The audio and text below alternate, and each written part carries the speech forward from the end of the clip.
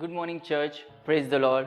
प्रभू येशू ख्रिस्तामध्ये पुन्हा एक वार तुम्हा प्रत्येकांचं या आपल्या ऑनलाईन चर्च सर्व्हिसमध्ये स्वागत आहे. मला खात्री आहे की तुम्ही दर रविवारीप्रमाणे या रविवारी देखील परमेश्वराच्या आराधण्यासाठी उत्साही आहात. तर त्यासोबत मी तुम्हाला आणखीन उत्साही करू इच्छितो.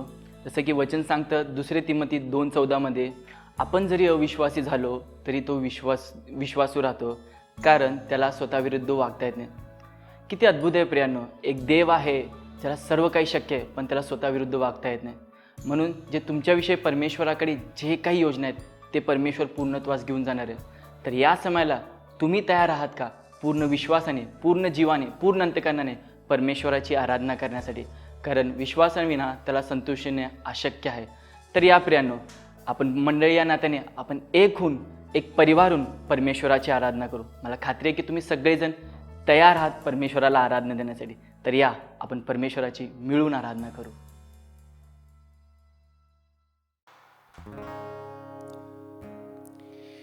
Thank you, Lord. तेरा धन्यवाद करते हैं खुदा जिसमें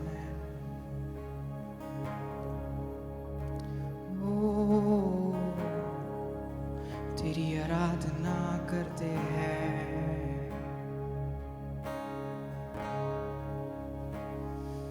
ये जिंदगी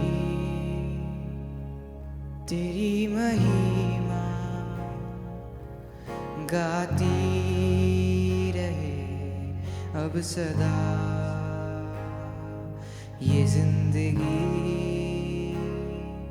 तेरी महिमा गाती रहे अब सदा. कि जब तक जीऊं तेरी महिमा करता रहूं ऐ खुदा. जब तक जीऊं तेरी महिमा करता रहूं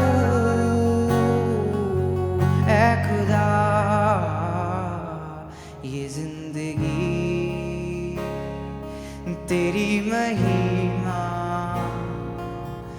गाती रहे अब सदा. ये जिंदगी तेरी महिमा गाती रहे अब सदा.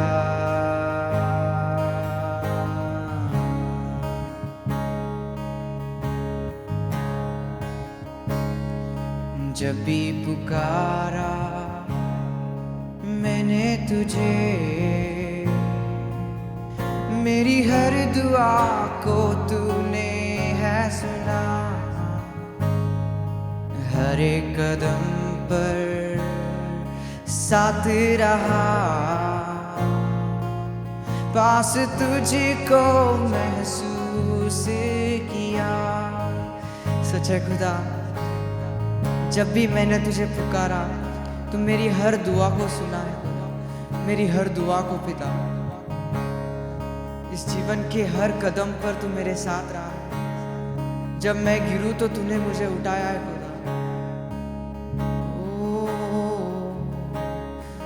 जब भी पुकारा मैंने तुझे, मेरी हर दुआ को तूने है सुना.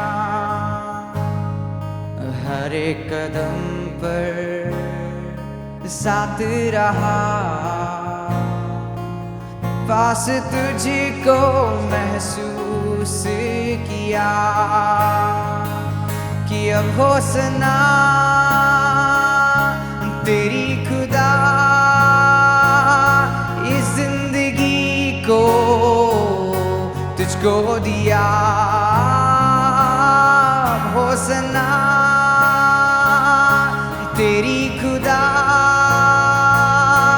इस जिंदगी को तुझको दिया. ये जिंदगी तेरी महिमा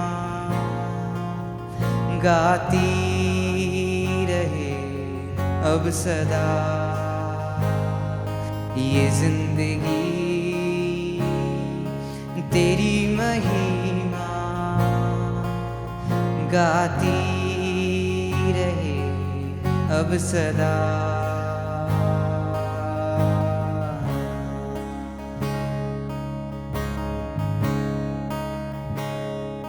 जब से है छुआ तूने मुझे, नई सांस जैसे फिर से आ गई। जब से है थामा हाथ तेरा,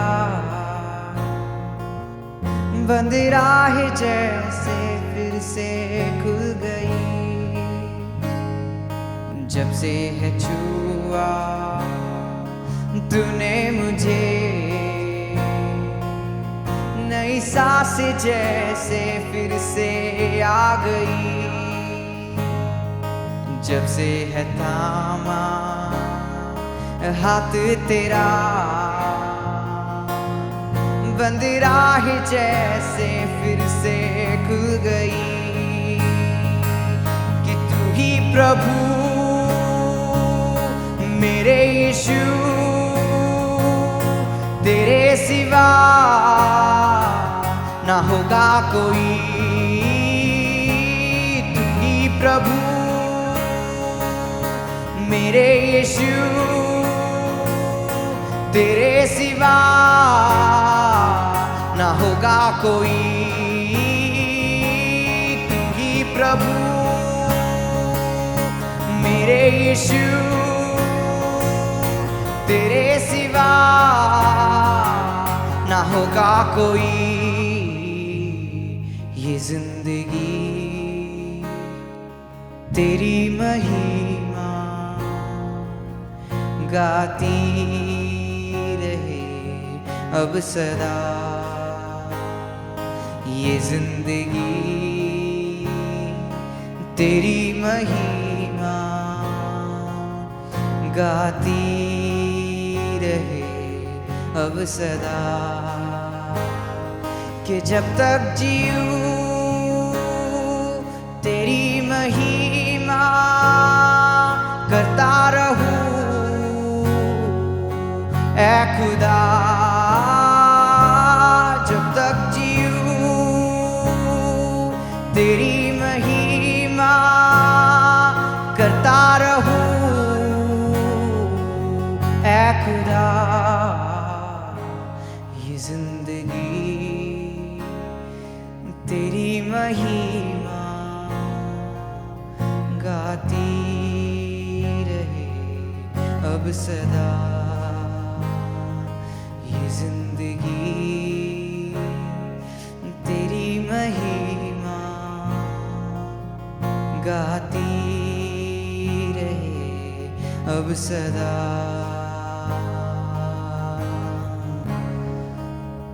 सदा सदा खुदा ओ शाना ना दे रे sharika ke tero lo namasho कि अब हो सना तेरी खुदा। इस जिंदगी को तुझको दिया हो सना तेरी खुदा। इस जिंदगी को तुझको दिया। ये जिंदगी तेरी महिमा गाती रहे अब सदा। सदा खुदा ओ शराला तेरे क्षमा मांदेरे रामासो सदा गाती रहे। ओ हर क्षण हर पल सदा गाती रहे। धन्यवाद देते हैं खुदा इस समय इस सारी आराधना का तुमने स्वीकार किया। ये हम विश्वास करते हैं। धन्यवाद देते हैं यीशु के नाम से मांगते खुदा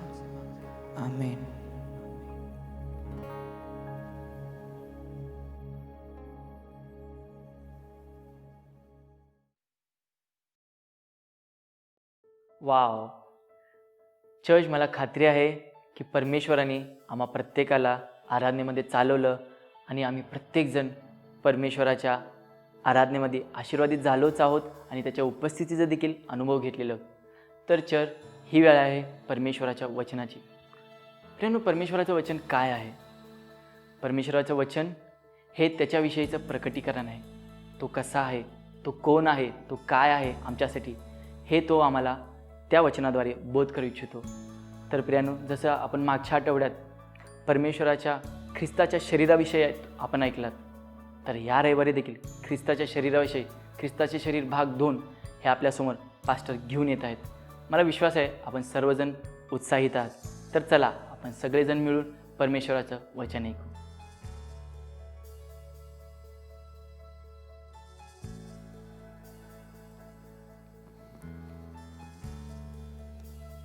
पित्या, तुझ्या नावाला आम्ही आज धन्यवादाचं अर्पण देत आहोत. आम्हाला इथे एकत्र केल्यास आम्ही तुझे आभारी आहे. तुझं वचन आजही तितकंच जिवंत आहे प्रभू. आज हे वचन आमच्याशी बोलावं. या वचनाच्या द्वारे आम्हाला आज अनेक गोष्टी तू समजावून सांगाव्यास म्हणून आम्ही स्वतःला तुझ्या हातामध्ये देतो.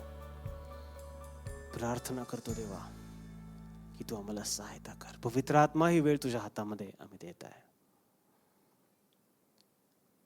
Thank you Lord. मी स्वतः तुझ्या हातामध्ये पडतो. ख्रिस्त येशूच्या नावाने मागतो म्हणून तो एक पिताने सर्व म्हणाले आमेन. हालेलुया. मला तुम्हाला आठवण करून देऊ द्या, मोठ्याने या स्थितीमध्ये ओरडणं, हालेलुयाचा गजर करणं चांगलं आहे. 8 महिन्यानंतर आम्ही एकत्र आलेलो आहोत. सगळं काढायचंय बाहेर.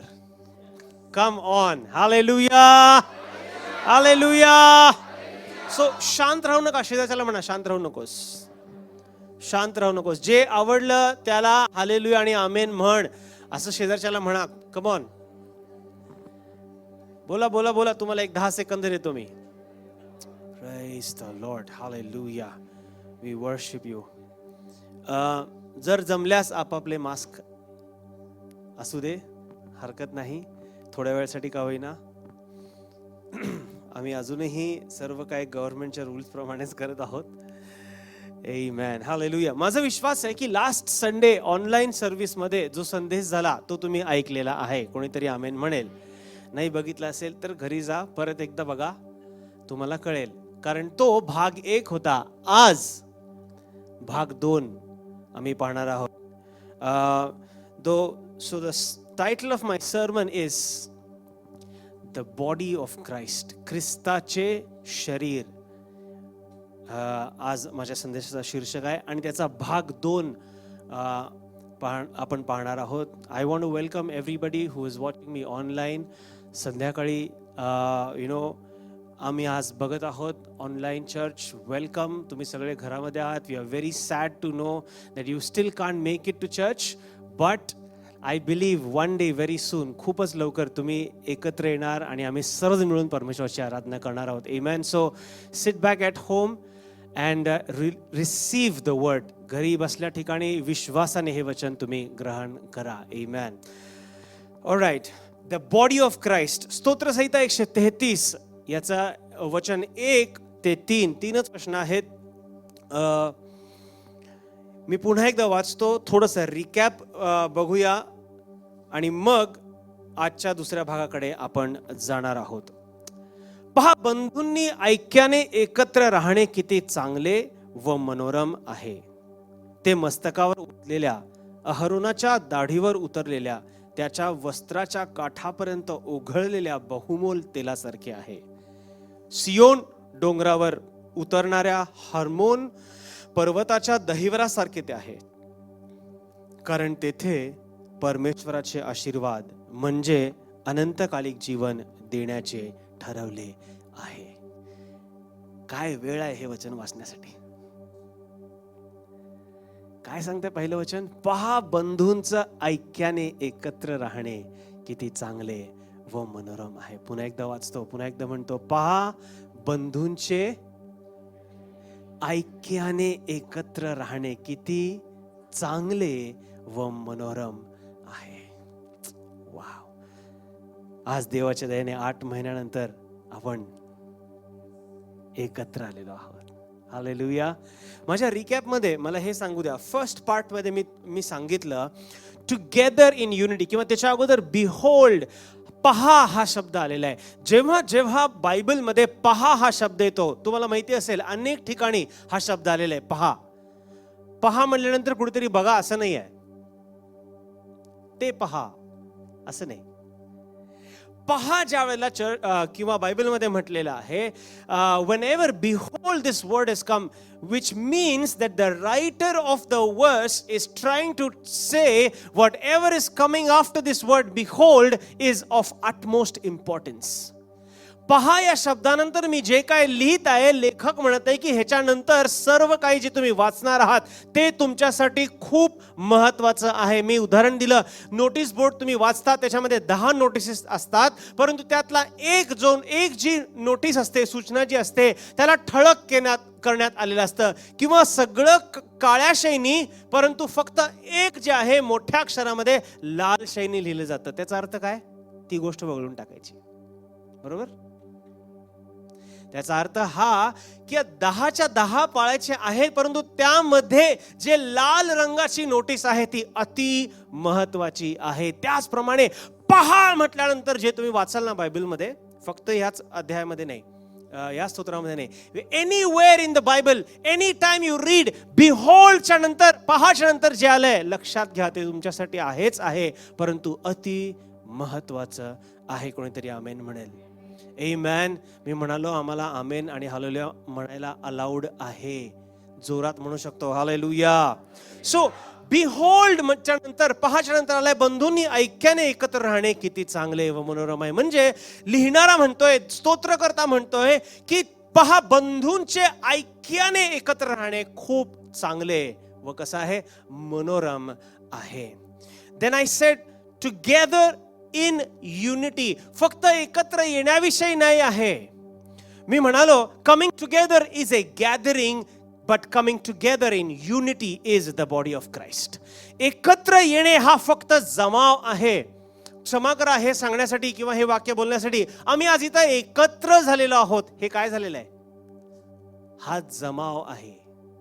पण या एकत्रीकरणामध्ये ज्या वेळेला परमेश्वराला ऐक्याचा सुगंध लागतो, त्यावेळेला इथे देवाचं शरीर एकत्र झालेलं आहे, हे असं सिद्ध होतं. कोणतरी आमेन म्हणेल. Amen. So not only coming together but coming together in unity is of importance. फक्त एकत्र येण्यामध्ये नाही, एकत्र आम्ही कुठेही येऊ शकतो. थिएटरमध्ये पण, हे एमपी थिएटरच आहे. एकत्र आम्ही कुठेही येऊ शकतो. आम्ही थिएटर्स मध्ये एकत्र येऊ शकतो, आम्ही रेस्टॉरंट्स मध्ये एकत्र येऊ शकतो, आम्ही फलाना ढिंकाना या ठिकाणी एकत्र येऊ शकतो, हरकत नाही. परंतु तो फक्त जमाव झाला. परंतु मंडळी म्हटल्यानंतर, चर्च म्हटल्यानंतर ज्यावेळेस आम्ही एकत्र येतो, आम्ही आमचे सर्व डिफरन्सेसला बाजूला ठेवून, दरवाजा बाहेर ठेवून आम्ही ऐक्यतेने एकत्र ज्या वेळेला येतो, त्यावेळेला ख्रिस्त म्हणतो, हे माझं शरीर आहे. आमेन. हे माझं शरीर आहे. Everybody has differences. सगळ्यांकडे वेगवेगळे फरक आहेत, परंतु ते फरक सोडता आम्ही ज्या वेळेला एकत्र येऊ ऐक्याने, त्यावेळेला आम्ही स्वतःला ख्रिस्ताचे शरीर असे म्हणवणार आहोत. आमेन. मग मी म्हणालो ड्वेल टुगेदर हा शब्द राहणे, किंवा इंग्लिशमध्ये उचित शब्द आलेला आहे ड्वेल. बायबल सांगत आहे आम्हाला एकत्र यायचं आहे. बायबल आम्हाला सांगत आहे आम्हाला ऐक्याने एकत्र, फक्त एकत्र नाही, परंतु कसं, ऐक्याने एकत्र यायचं आहे. आणि बायबल हे देखील सांगत आहे फक्त ऐक्याने एकत्र यायचं नाही आहे, आम्हाला ऐक्याने एकत्र राहायचं आहे. That's the meaning of the word dwelling. राहणे. आम्ही कुठे राहतो? We don't dwell in a place of visitation, we dwell where we belong. Amen. आम्ही जिथे फक्त एकदाच जाऊन यायचंय, रेल्वेच्या बोगीमध्ये आम्ही राहतो का? हॅलो, काय करतो रेल्वेच्या बोगीमध्ये आपण? प्रवास. बरोबर आहे ना? हॉटेलमध्ये जाऊन राहतो का कायमचं? राहा, बिल भरा. दिवसाला 3,000 रुपये. घरात आहे का बिल तेवढं 24 तासाचे? We go to a place. आम्ही इकडून पुण्याला जातो, पुण्यामध्ये आम्ही एका हॉटेलमध्ये राहतो 2 दिवस, 3 दिवस, 4 दिवस, परंतु परत कुठे येतो? आम्ही जिथले आहोत तिथे परत येतो. Where do we belong is important. आम्ही कुठले आहोत हे शोधून काढणं, हे माहिती असणं गरजेचं आहे. Amen. We belong to Christ.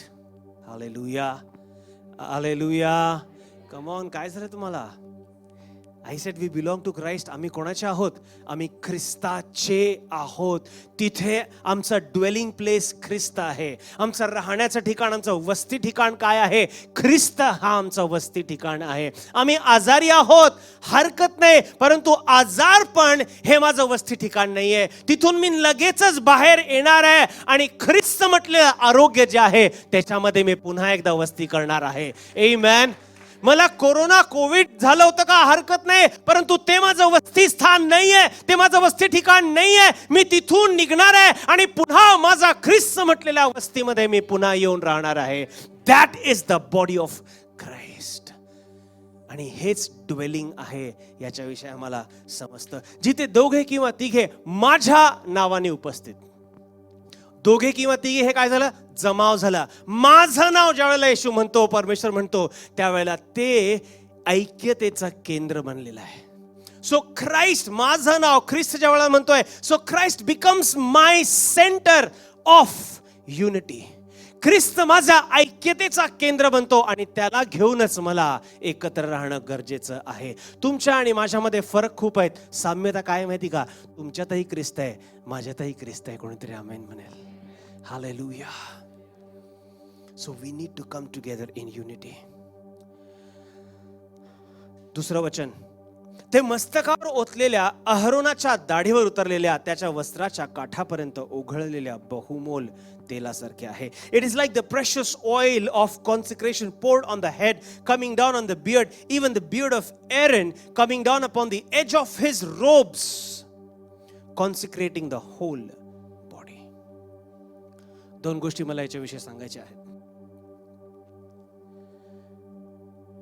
हे जे ऐक्याने एकत्रीकरण, ज्याला मी ख्रिस्ताचं शरीर आज उद्देशून सांगत आहे, याला एक सिम्बलाइज म्हणून, चिन्हदर्शकरित्या म्हणून दुसऱ्या वचनामध्ये काय लिहिलंय माहिती का? बहुमोल तेलाचं ओतणं ह्याचा विषय आहे. सो एकत्र येणं, ऐक्याने एकत्र येणं आणि ऐक्याने एकत्र येऊन राहणं आणि वस्ती करणं हे कशासारखं आहे माहिती का? या वचनाप्रमाणे, दुसऱ्या वचनाप्रमाणे कशासारखं आहे? बहुमोल तेलाला मस्तकावर ओतल्यासारखं ते एकत्रीकरण आहे. Hallelujah. So what exactly is pouring of oil on the head? अब मस्तकावर ओतलेला तेल याचा नेमका अर्थ काय? Let me just give you 2, 3, 4 examples and explanations about this. लक्षात ठेवा, अभिषेक तेल आम्हाला सगळ्यांना माहिती आहे की ज्या वेळेला तेलाभ्यंग म्हटलेलं आहे, हा मराठीमध्ये खूप छान शब्द आहे, तेलाभ्यंग. म्हणजे ज्या वेळेला मस्तकावर तेल ओतण्यात येतं तो अभिषेकाचा दर्शक आहे. आणि लक्षात ठेवा, माझा पहिला अर्थ अभिषेकाविषयी जडलेला आहे, परंतु आम्ही ज्या वेळेला अभिषेक म्हणतो त्यावेळेला आम्हाला फक्त काय दिसतं माहिती का? अभिषेक आहे आम्ही सामर्थ्याने काम करणार, अभिषेक आहे आम्ही आरोग्य देऊ शकणार, अभिषेक आहे आम्ही चिन्ह चमत्कार करणार, अभिषेक आहे त्या अभिषेकामध्ये आम्ही स्तुती आणि आराधना उत्तमरित्या करू शकणार. या सगळ्या गोष्टी खऱ्या आहेत, परंतु लक्षात ठेवा, ह्या मूलभूत गोष्टी नाहीयेत अभिषेकाचे. Understand one thing, why the oil of anointing, अभिषेकाचं तेल का, हे आम्ही समजून घेतलं पाहिजे. First, understand, the anointing is first to set you apart, then to empower you. अभिषेक किंवा अभिषेकाचं तेल ज्यावेळेस तुमच्यावरती ओतण्यात येतं, तुमचा अभिषेक होतो, हे तुम्हाला फक्त सामर्थ्य देण्यासाठी नाही, ते नंतर आहे, परंतु त्या अगोदर काय माहिती का? To set you apart. बायबलमध्ये महायाजकाला किंवा याजकाची निवड करताना त्याच्यावरती, किंवा राजाची सुद्धा निवड करताना त्याच्यावरती तेलाभ्यंग करायला जायचा. का केला जायचा? का माहिती का? कारण त्यावेळेला डिक्लेअर व्हायचं पब्लिकली की ही व्यक्ती इतरांपेक्षा वेगळी आहे. ज्या वेळेला मी ख्रिस्ताचं शरीर म्हणतो ना, तुम्ही आणि मी ज्या वेळेला ख्रिस्ताचं शरीर आहोत असं म्हणतो, त्यावेळेला आम्ही इतरांपेक्षा वेगळे केलेले लोक आहोत. वेगळे केलेले लोक म्हणजे काय? त्यांच्याबरोबर जे घडतं ते माझ्यावर घडणार नाही, हे वेगळे केलेले लोक आहे. त्यांना जो त्रास होतो तो मला होणार नाही, हे वेगळे केलेले लोक आहेत. Hallelujah. So I am set apart. What does the anointing do? What does the oil of anointing do? Is it will set me apart from everything else. तेलाचा अभिषेक माझ्यावरती काय करतं? मला सर्व गोष्टीपासून वेगळं बनवतं. Amen. Hallelujah. So that's the first meaning. So the anointing is first to set you apart, then to empower you. पहिल्यांदा तुम्हाला वेगळं करण्यासाठी तो अभिषेक आहे, मग तुम्हाला समर्थ करण्यासाठी तो अभिषेक आहे. Pouring of oil, first set apart मी तुम्हाला सांगितलं. Second, marked as blessed. बायबलमध्ये आम्हाला समजतं की अभिषेक ज्या वेळेला होतो त्याचा अर्थ हा की this person is marked as blessed. म्हणजे काय? ज्या वेळेला माझ्यावरती अभिषेक केला जातो त्याचा अर्थ हा की मी माझ्यावरती एक शिक्कामोर्तब झालेला आहे की ही व्यक्ती आशीर्वादित आहे. Hallelujah. Now tell me, are you anointed? Question mark, हा? प्रश्नचिन्ह आहे. मी अभिषेक आहे की नाही? स्टेजवरच्या लोकांवर तर आहे अभिषेक. खुर्चीवर बसलेले सभासद त्यांचं काय? Everybody is anointed. Hallelujah. Everybody sitting here is anointed by Christ. Amen. Hallelujah. आणि जर तुम्ही अभिषेक्त आहात, तुमच्यावरती जर तेलाचा अभ्यंग विश्वासाद्वारे तुम्ही ग्रहण केलाय आणि तुम्हाला माहिती आहे, तर याचा अर्थ काय माहिती का? तुमच्यावरती आशीर्वादित झालेले आहात, हा शिक्कामोर्तब लागलेला आहे. You are stamped as blessed. Finish. Seal कधी लागतो? असं सील लागल्यानंतर काय होतं माहिती का? कळतं, अरे बापरे, याला या ह्याच्यात ठेवायचं नाही आहे, ह्याला इकडे ठेवायचं आहे. एक मार्क ज्या वेळेला केला जातो, असा मार्क केला जातो ना, त्यावेळेला कळतं की हे एवढं मोठं गठ्ठा आहे, समजा खूप असं पेपरचा गठ्ठा आहे आणि काही पेपरचे गठ्ठे आहेत त्याच्यावरती एक स्टार मार्क केला जातो कोपऱ्यामध्ये. त्यावेळेला बघितल्यानंतर जेव्हा असे आपण सगळे चाळायला लागतो त्यावेळेला आम्हाला कळायला लागतं की इथे जो गठ्ठा ठेवलेला आहे तो सर्वसाधारण गठ्ठा आहे, परंतु हा जो स्टार मार्क केला ना कोपऱ्यामध्ये, ह्याला मात्र वेगळं ठेवण्यात येतं. त्याच प्रकारे लक्षात ठेवा, तुमच्या जीवनामध्ये आज काही घडलेलं असो आणि काही घडत असो, ते तुम्हाला काही वेगळं सांगत असो, आज देवाचं वचन तुम्हाला काय सांगत आहे माहिती का? जर तुम्ही अभिषेक केलेले आहात, तर तुम्ही मार्क केलेले आहात, तुमच्यावरती शिक्कामोर्तब झालेला आहे की तुम्ही आशीर्वादित आहात, तुमचा परिवार आशीर्वादित आहे, तुमचे सर्व लोक आशीर्वादित आहात. ज्या मंडळीमध्ये तुम्ही जाता ती मंडळी आशीर्वादित आहे. ज्यांना तुम्ही भेटता आणि सुसमाचार सांगता आणि ते देवामध्ये येतात, त्यांच्यावरती अभिषेक होतो, त्यांचंही आज शिक्कामोर्तब झालेला आहे आणि ते आशीर्वादित झालेले आहेत. आजार किती ओरडून सांगू दे तुम्हाला काय झालेलं आहे, दरिद्रता किती ओरडून सांगू तुम्हाला काय झालेलं आहे, त्याच्याही पेक्षा मोठा आवाज देवाच्या वचनाचा आवाज आहे, देवाच्या अभिवचनाचा आवाज आहे, जे आज तुम्हाला आणि मला ओरडून सांगत आहे की तुमच्यावरती आशीर्वादित झालेल्याचा शिक्कामोर्तब झालेला आहे. कोणीतरी आमेन म्हणे. वाव. डोक्यावरती तेलाचा अभिषेक, तेल ओतलं. दुसरा अर्थ, फर्स्ट अर्थ मी तुम्हाला सांगितला वेगळे केले, दुसरा अर्थ मी तुम्हाला सांगितला मार्क्ड ॲज ब्लेस्ड. आमेन. तिसरा अर्थ एम्पावर्ड टू डू मोर. का अभिषेक केला जायचा राजावरती? का अभिषेक केला जायचा याजकावरती? कारण इथून पुढं ते अधिक करणार आहेत. इथून पुढे ते ह्याहून सर्वसाधारणपेक्षा अधिक करणार आहेत.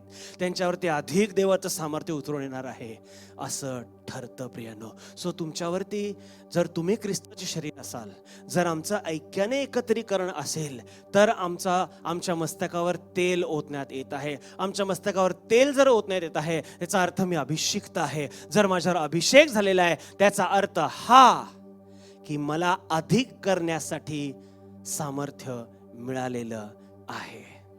हालेलुया. हालेलुया. मी एवढंच करू शकतो, परंतु लक्षात घ्या, देव येऊन तुम्हाला अभिषेक देतो इथून पुढे सर्व काही करण्यासाठी. आमेन. हालेलुया. आम्ही कामावर असतो, मुद्दाम आमचे बॉस, आमचे प्रिन्सिपल, आमचे अधिकारी आम्हाला असं काम देतात ते आम्हाला जमत नाही. अवघड असतं. टेस्ट करायला बघतात, बघू ह्याला येतंय की नाही. त्यांना माहित नाही आमच्याकडे कोण आहे. आमच्याकडे तो परमेश्वर आहे ज्याने आम्हाला अभिषेक केलेला आहे. आणि ते अभिषेक मला आज सांगत आहे, I am empowered to do more. Hallelujah. अधिक करण्यासाठी मी समर्थ झालेलो आहे. कोणीतरी आमेन म्हणेल. माझं छोटंसं उदाहरण देऊ का? ब्रदर तुम्ही कुठले आहात? सोलापूर. किंवा मराठीत विचारत नाहीत, बाहेर कुठेतरी गेल्यानंतर आप कहाँ से हो? मैं शोलापूर. शोलापूर कहाँ आहे शोलापूर? मग त्यांना सांगावं लागतं कर्नाटक आणि महाराष्ट्राच्या बॉर्डरवरती आहे. तिथं कानडी लोक पण जास्त आहेत, तेलुगू लोक पण जास्त आहेत. आणि असं हे ठिकाण आहे. तुम्ही छोटं शहर म्हणा किंवा मोठं खेड म्हणा, सोलापूर आहे. How could God use one person from this Sholapur to do more? It is because he anointed the person. Hallelujah. कसं काय सोलापूर मधून एक व्यक्ती अधिक करू शकली दुसऱ्या शहरांपेक्षाही? का माहिती का? कारण त्या व्यक्तीवरती देवाने अभिषेक पाठवला. When I was marked as blessed, as anointed, I was able to do more than what I did. Hallelujah. आणि तीच गोष्ट तुमच्याविषयी होऊ शकते. कोणतरी कबूल करून ना, अशीच गोष्ट माझ्यावर होणार. कोणतरी कबूल करा. Come on. अरे मोठ्याने म्हणा, आमेन नका म्हणू. ही गोष्ट माझ्यावर होणार असं म्हणा. देवा थँक्यू जीसस. चौथी गोष्ट मी तुम्हाला सांगतो. What is the meaning of pouring of oil on head? डोक्यावरती मस्तकावरती तेल ओतण्याचा चौथा अर्थ मी तुम्हाला सांगतो. signifies prosperity, blessings and stability. भरभराटी, आशीर्वाद आणि स्थिरता दर्शवता. कठीण काळामध्ये जर बायबलमध्ये जर वाचलं तरी कठीण काळामध्ये किंवा जेव्हा फॅमिन होतं, दुष्काळ होता, त्याही वेळेला काही लोकांवरती तेल ओतण्यात आलेलं आहे. हे दर्शवतं की त्या दुष्काळाच्या स्थितीमध्ये तुमच्याकडे स्थिरता येणार आहे. आज आम्ही कुठल्या स्थितीमध्ये आहोत? जगभरामध्ये काय चाललेलं आहे? काही झालेलं असेल तरी जर माझ्यावरती तेलाचा अभ्यंग झालेला आहे तर मी आशीर्वादित आहे, भरभराटी माझ्या हिस्साची आहे आणि मला स्थिरता प्राप्त आहे. हे विश्वासाची घोषणा आम्ही करणं अत्यंत गरजेचं आहे. कोणीतरी मोठ्याने आमेन म्हणेल. चार गोष्टी तुम्हाला सांगितल्या. तेलाचा अभ्यंग मस्तकावर होणे याचा अर्थ काय होतो? पहिला, सेट अपार्ट म्हणजे वेगळं करणे. दुसरं काय सांगितलं? मार्क्ड ॲज ब्लेस्ड, तुम्ही आशीर्वादित झालेला आहात ह्याचा शिक्कामोर्तब. तिसरा, एम्पावर्ड टू डू मोर, अधिक करण्यासाठी शक्ती आणि सामर्थ्य प्राप्त होणे. आणि चौथं, signifies prosperity, blessing and stability, भरभराटी, आशीर्वाद आणि स्थिरता ह्याचा ते दर्शक आहे. आमेन. ते मस्तकावर ओतलेल्या, कॉमा असं आलंय दुसऱ्या वचनामध्ये. आणि पुढे काय म्हटलंय? अहरोनाच्या दाढीवर उतरलेल्या. एक काय म्हटलंय? मस्तकावर ओतलेल्या. दुसरं काय म्हटलंय? अहरोनाच्या दाढीवर. सो दोन्ही गोष्टी किंवा दोन्ही व्यक्ती त्यामध्ये दिसतात. जर इंग्लिश मध्ये वाचलं, it is like the precious oil poured on the head. On the head म्हटलंय फक्त. आणि पुढे coming down on the beard, even the beard of Aaron. Even म्हणजे अहरोनाच्याही दाढीवर उतरलेल्या. सो हे फक्त काही विशेष लोकांसाठी नाहीये, पण मला हे सांगायचंय, तुमच्यावरती ज्या वेळेला ओतणी होते त्यावेळेला तुम्ही विशेष होता. समजलं का? परत एकदा म्हणतो, फक्त काही विशेष लोकांसाठी तेलाचा अभ्यंग नाहीये, तुमच्यावरती तेलाचा अभ्यंग झाल्यानंतर तुम्ही विशेष होता. एनिवेज, तर अहरोन जो आहे तो महायाजक आहे, त्याच्याही दाढीवर उतरलेल्या त्या बहुमोल तेलासारखं आहे. आणि पुढे जाऊन काय म्हटलं माहिती का? Coming down upon the edge of his garment, म्हणजे त्याच्या वस्त्राच्या काठापर्यंत ओघळलेल्या त्या बहुमोल तेलासारखे. हे ऐक्याने एकत्रीकरण किंवा ख्रिस्ताचं शरीर याचं चिन्ह आहे. वाव.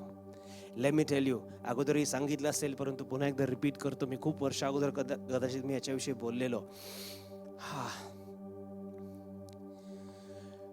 जो महायाजक असतो त्याच्या ब्रेस्टप्लेटला काय म्हणायचं, उरस्त्राण, बरोबर ना? तो एक उरस्त्राण घालायचा आणि त्याच्या उरस्त्राणावर एक चौकट असायची, एक फ्रेम असायची अशी, आणि त्या चौकटीच्या आतमध्ये 12 बहुमोल रत्न असायचे. ओके, किती? ते 12 रत्न कशा काय दर्शवतात? 12 ट्राइब्स. ओके, तर तो असा महायाजक, त्याचं वस्त्र असं आहे. आणि एक्सप्लेनेशन किती छान हे बायबलमध्ये 133 स्तोत्र आम्हाला सांगत आहे की ख्रिस्ताचं किंवा ख्रिस्ताचं शरीर जे आहे, लोकांचं ऐक्याने एकत्रीकरण हे कशासारखं आहे माहिती का? महायाजकावरती केलेला तेलाभ्यंग, आणि त्याचं तेल ते जे आहे त्याच्या दाढीवरून, त्याच्या वस्त्रावरून खालपर्यंत ओघळत असलेल्या त्या तेलासारखे आहे. याचा अर्थ हा की ते जे तेल त्याच्या दाढीवरून उतरून त्याच्या वस्त्रावरती चाललेलं आहे, ते पूर्णपणे त्याच्या त्या चौकटीवरून किंवा उरस्त्राणावरून चाललेलं आहे. म्हणजे काय? प्रत्येक 12 जे बहुमोल रत्न आहेत तेही अभिषेकाने भरत चाललेले आहेत. ह्याचा अर्थ हा, जर तुम्ही अभिषेकाने भरलेले आहात तर तुमच्याद्वारे तुमचं कुळ आशीर्वादित होणार आहे. I don't know if you are able to understand this. जर वंश आशीर्वादित होणार आहे. If you are anointed and you know that you are the body of Christ, through you your generation is going to be blessed, going to be anointed. तुमच्या द्वारे तुमची पूर्ण पिढी, तुमचे फक्त तुमचं एक लेकरू नाही, त्याच्यानंतर लेकरांची लेकरं आशीर्वादित होणार आहेत. का माहिती का? कारण तुम्ही निवड केली तुमच्यावरती तेलाचा अभ्यंग व्हावा आणि तुम्ही ख्रिस्ताचे शरीर आहोत असे तुम्ही कबूल करून हे एक्सेप्ट करावं, हे तुम्ही केलेलं आहे म्हणून. आमेन, हालेलुया. एकही जर रत्न, 12 रत्नांपैकी एकही रत्न, बहुमोल रत्न आहे, त्या चौकटीत जर नसेल, त्याच्यावरती अभ्यंग नसणार आहे. ही दुसरी बाजू. एकही 12च्या ऐवजी 11 आहेत. तेल वाहत चाललेलं आहे. एकच ते जे रत्न आहे ना, ते इतकं नॉटी आहे की ते बाहेर आहे. आणि मग ते जे रत्न आहे ते बाहेर असताना, त्या चौकटीत नसताना ओरडत आहे, रडत आहे, म्हणत आहे, माझ्याकडे कोण लक्षच देत नाही, मला कोण बघतच नाही, माझ्याकडे पास्टर येतच नाहीत, हॅलो, मला कोण फोन करतच नाही, माझ्या बरोबर कॉफीला कोण जातच नाही, किंवा मला कॉफीला कोण घेऊन जातच नाही. आज आतमध्ये तपासणी करण्याची गरज आहे. चूक कुठे आहे? आज ख्रिस्त सांगतोय चौकटीत राहणं गरजेचं आहे. शेजारच्याकडे वळून म्हणा, चौकटीत राहा. Be in the frame, be in the frame, be in the frame.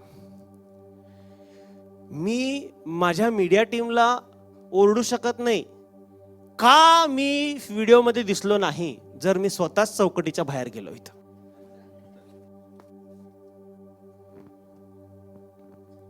का बरं मी कॅमेरामध्ये दिसलो नाही? मी हे त्यांना ओरडू शकत नाही. त्यांची चूक नाही ना कॅमेऱ्याची चूक आहे. चूक कोणाची आहे? माझी. गेलो उडत कुठेतरी चौकटीच्या बाहेर. जेव्हा परिस्थिती येते त्यावेळेला परिस्थिती आम्हाला दबाव आणते की आम्ही चौकटीच्या बाहेर जावं. हे पॅन्डेमिक आलं, हे पॅन्डेमिक आम्हाला दबाव देत होतं की आम्ही चौकटीच्या बाहेर असावं. परंतु देवाचे आभार, आम्ही प्रत्येक जण आपापल्या घरी असूनही चौकटीच्या आत राहिलो. आम्ही अभिषिक्त आहोत. Hallelujah, hallelujah. God is good, God is good. Hallelujah. Next पुढे जाऊ तो शेवटचं बोलून आपण थांबूया आणि आपण प्रार्थना करू. 3रं वचन काय म्हटलेलं आहे? सियोन डोंगरावर आता आणखीन एक चिन्ह दिलंय ते सियोन डोंगरावर उतरणाऱ्या हर्मोन पर्वताच्या दहिवरासारखे ते आहे, कारण तेथे परमेश्वराने आशीर्वाद म्हणजे अनंतकालिक जीवन देण्याचे ठरवले आहे. हालेलुया. आता दुसऱ्या वचनामध्ये आम्हाला कळतं की ख्रिस्ताचे शरीर किंवा एक ऐक्याने एकत्र येणं हे काय दर्शवत आहे? 2 वचनामध्ये तेलाचा अभ्यंग, अहरोनावर महायाजकावर झालेला तो जो अभ्यंग आहे त्याच्याप्रमाणे आहे. आणि दुसरी गोष्ट आम्हाला 3ऱ्या वचनामध्ये दिसते, आणखीन एक चिन्हदर्शकरित्या इथे आम्हाला दिसत आहे, ते हे सियोन डोंगरावर देवाचं लोकांचं ऐक्याने एकत्रीकरण हे कसं आहे माहिती का? सियोन डोंगरावर उतरणाऱ्या हर्मोन पर्वताच्या दहिवरासारखे ते आहे.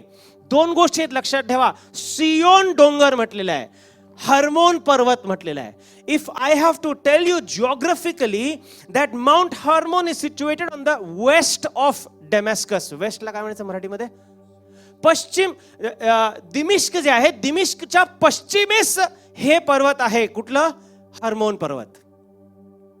आणि वचन सांगतंय की ऐक्याने एकत्रीकरण जे आहे हे हर्मोन पर्वतावर उतरलेल्या दहिवरासारखं आहे. दहिवरावर मी बोलतो, पण लक्षात ठेवा दहिवर कुठे आहे? हर्मोन पर्वतावर आहे. हर्मोन पर्वत कुठे आहे? दिमिश्कच्या पश्चिमेस आहे. आणि सियोन डोंगर जे आहे ते या उलट्या बाजूला आहे, दुसऱ्या बाजूला आहे. इट्स ऑन द वेस्ट और ऑन द ईस्ट साइड. पूर्व म्हणायचं ना, पूर्व. हर्मोन पर्वत हे पर्वत आहे, मोठा आहे, उंच आहे, द हायेस्ट. आणि मग सियोन डोंगर, सियोन पर्वत नाही, सियोन डोंगर म्हटलेला आहे. म्हणजे it is not as high as hormone. लक्षात येते का तुम्हाला? सकाळी सकाळी खूप जड चाललंय, पण समजून घ्यायचा प्रयत्न आहे, सांगतो मी. हर्मोन पर्वतावरती दहिवर उतरत आहे आणि मध्ये एवढा मोठा गॅप आहे. आय थिंक सम 81 किलोमीटर और 113 किलोमीटरचा अंतर आहे हर्मोन पर्वत आणि सियोन डोंगरांमध्ये. किती? 86 पकडा, जाऊ दे, 81, 86, 90. ठीक आहे. सो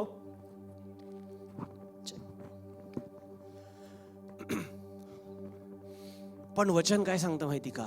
हे एवढं अंतर असूनही हर्मोन पर्वतावर पडलेलं दहिवर इकडं दिसत आहे. याचा अर्थ हा, देव सांगतोय ऐक्याने एकत्र येणं म्हणजे फक्त असं ऐहिकरित्या किंवा फिजिकली एकत्र येणं हे नाही आहे. 8 महिने आम्ही जे केलो घरात बसून, कोण हर्मोन पर्वताजवळ होतं, कोण सियोन डोंगराजवळ होतं, परंतु आम्ही ऐक्याने एकत्र होतो. Hallelujah, hallelujah. Dew talks about, दहीवर कशाविषयी बोलतो माहिती का? ताजेपणाविषयी बोलतो. कधी बघितलात वाळलेल्या पानावरती दहीवर पडले? दव दव, दहीवर, दही नाही. लगे रविवार म्हटलं की मटण, दही, लिंबू, लोणचं. दव बिंदू, किती छान आहे बघा मराठी. ड्यू, ड्यू म्हणजे माउंटेन ड्यू पण नाही. त्या ड्रिंकला पण माउंटेन ड्यू का म्हणत आले? Because they want to say it's very fresh. दहीवर किंवा दव कधीही तुम्ही पहा वाळलेल्या पानावरती आणि झाडावरती दिसतच नाही. वाळलेल्या गवतावरती दिसतं का? नाही. मी जर खोटं बोलत असेल तर जाऊन बघा, आत्ता नाही, झाल्यावर. सकाळी सकाळी कुठेतरी जा आणि बघा. जिथे जिथे कोरडेपणा आहे, जिथे वाळलेलं आहे सगळं, तिथं दहीवर नाही आहे. जिथं हिरवळ आहे, जिथले पानं ताजी आहेत, त्याच्यावरती ते येतं आणि आणखीन ताजेपणा देतं. तर लक्षात ठेवा, दहीवर ताजेपणा आणत नाही किंवा ताजेपणा ज्यांच्याकडे नाही त्यांना देतं असं नाही आहे. तर दहीवर काय दर्शवतं माहिती का? ते बिंदू काय दर्शवतात की ज्यांच्याकडे ताजेपणा आहे ना त्यांना मी आणखीन देतो. So you have to believe, तुम्ही विश्वास ठेवला पाहिजे. You are not dry. कसे आहात तुम्ही? पास्टर काय सांगू, जीवनात इतका कोरडेपणा आहे. That is not you. Amen. हे तुम्ही नाही आहे. काय सांगू पास्टर, इतकं कोरडेपणा आलंय ना, काय सांगता सोय नाही.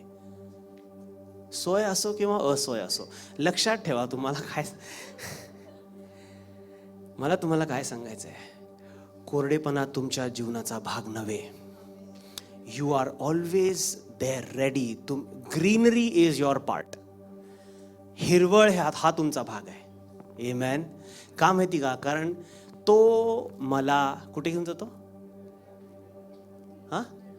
हिरव्यागार, कोरडे पाषाण नाही, हिरव्यागार ठिकाणी घेऊन जातो.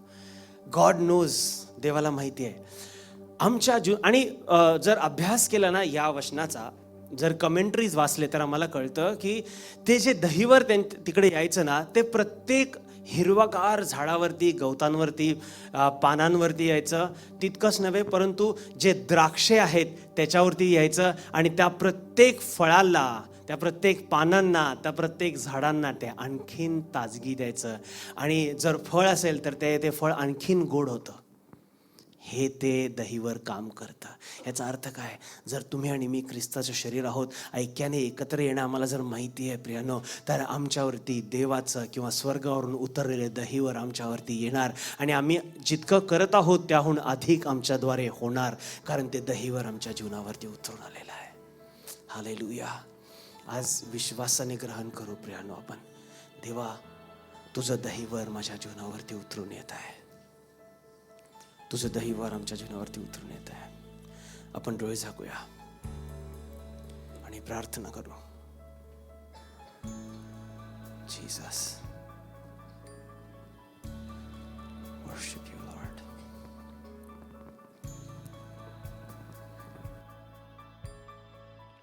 चर्च, मला खात्री आहे की आज तुम्ही घरी बसून या ऑनलाईन सभेद्वारे आशीर्वादित झालाच आहात. आणि मला खात्री हे देखील आहे की नक्कीच तुम्ही पुढच्या आठवड्याची देखील आतुरतेने वाट पाहतात. खरोखरच आजचं जे वचन आम्हाला किती स्पर्शदायक होतं. आम्ही ख्रिस्ताचे शरीर किती आशीर्वादित, किती अभिषेक आणि किती सामर्थ्यशालीने भरलेले आहोत. मला खात्री आहे की हे आठवडा तुम्ही याच वचनामध्ये चालणार आहात. प्रियांनो, खरोखरच देवाचे खूप आभार की परमेश्वर आमच्यापर्यंत ही आराधना, हे वचन पोच करत आहे. तर मी तुम्हाला विनंती करू इच्छितो की आपलं जे यूट्यूब चॅनल आहे, NLFचं जे यूट्यूब चॅनल आहे, NLF सोलापूर म्हणून, त्याला तुम्ही सबस्क्राईब करायला विसरू नका, जेणेकरून तुमच्यापर्यंत आपलं प्रत्येक ती सभा, ऑनलाईन सभा तुमच्यापर्यंत पोहोचेल. थँक्यू. God bless you.